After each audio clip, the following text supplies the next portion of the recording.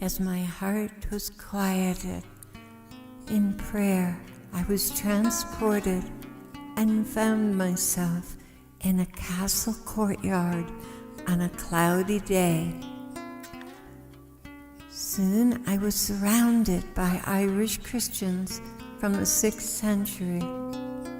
I recognized them from the familiar Celtic icons. One, named Ita, brought me a fine bay horse, fully saddled, and helped me astride. I turned briskly and rode out of the castle walls into an ancient oak forest at a full canter, yet having no idea where I was going, just knowing I must go.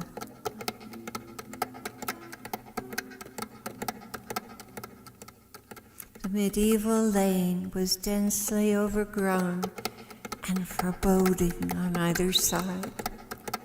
Yet I told myself, this is no time for fear, just keep riding.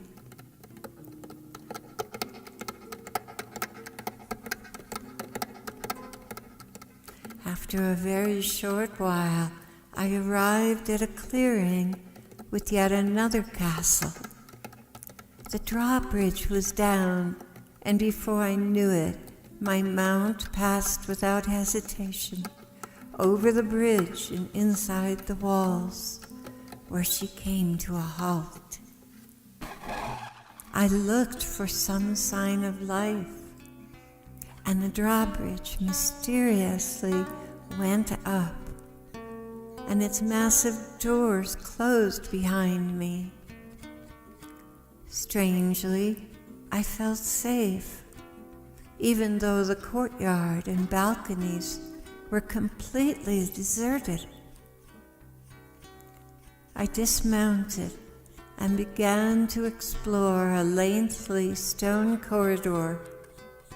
It ended at 2 massive doors.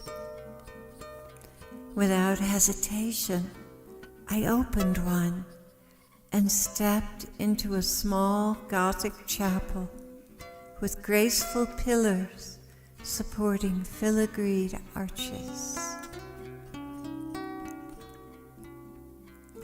High above the altar was a spectacular rosette window, showering gently diffused colors all throughout the lofty chamber.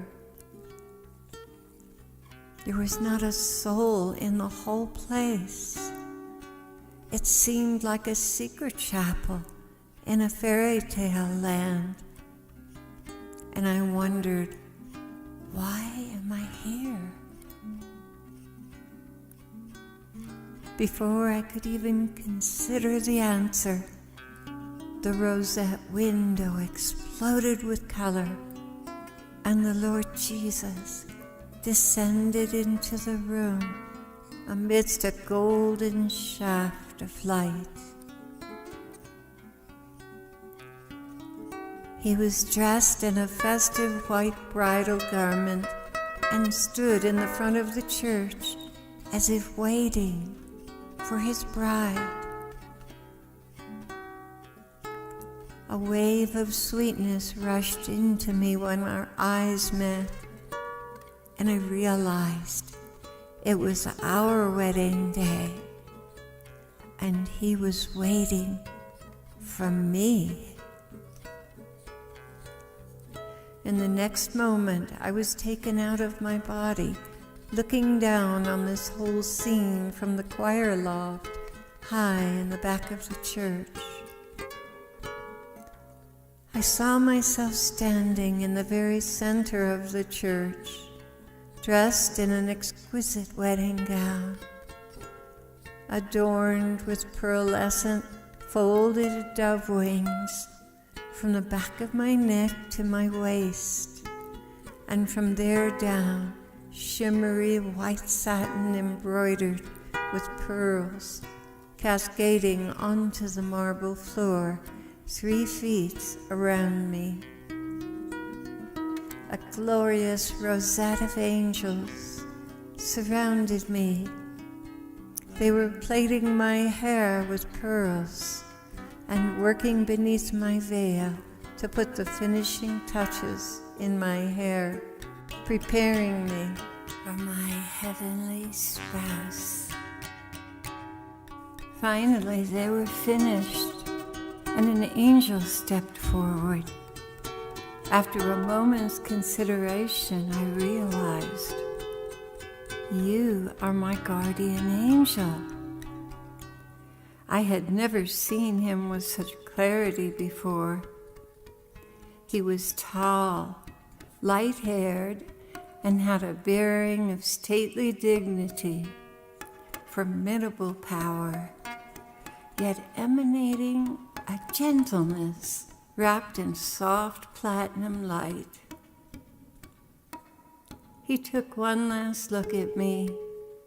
His sparkling eyes betrayed a hint of bittersweet joy.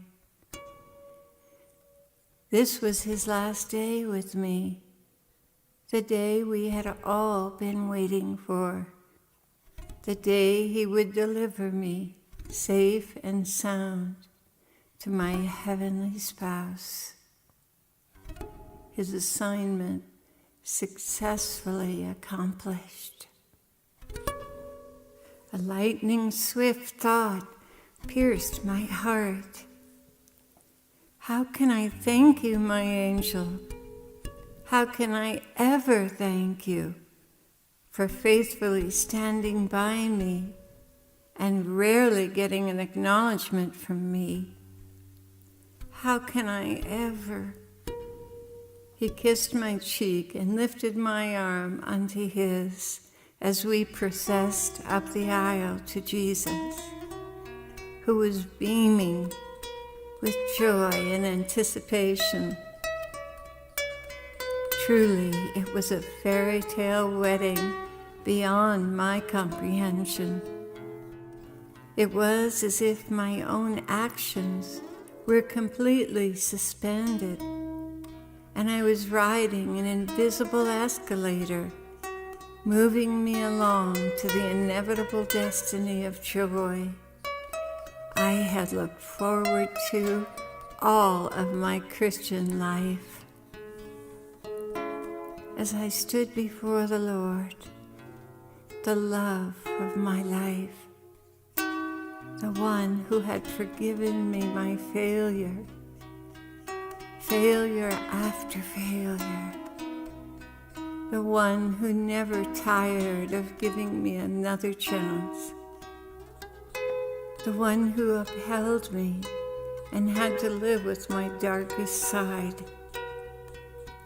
As I stood before him, that old life disappeared like a muddy river flowing into a pristine ocean of mercy, completely cleansing it of every impurity. He took a golden ring with 3 sparkling marquise diamonds and placed it on my finger, saying, "With this ring I thee wed," and kissed me tenderly.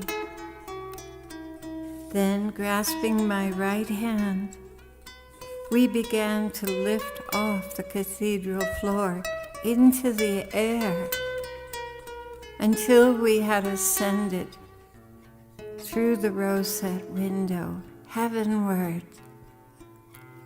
I felt enveloped in a sacred wonder that carried me aloft with the spouse of my immortal soul. We arrived at a palace that appeared to be one giant room, open at the entrance, with a grand fountain that sprayed delicate curtains of water high in the air. It reminded me of the childhood wonder I experienced visiting Buckingham Fountain in Chicago. Inside, the floors were polished marble, and the roof was domed and open in the center. letting in a gentle, diffused light. There was no darkness or shadow anywhere, just bright, soft light. The interior was perhaps 100 feet deep and 60 feet wide, with 7 grand waterfalls almost reaching the ceiling. There were 3 on the left, 3 on the right, each approximately 25 feet wide, that had rock outcroppings with spruce trees, various ferns and flowers in between them. And at the end of the room stood a massive 50-foot wide waterfall.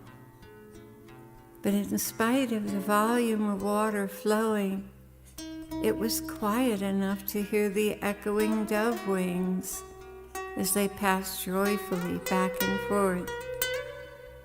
I sensed that all this water flowed from beneath the throne of God, the Father, and were the headwaters of the river of life.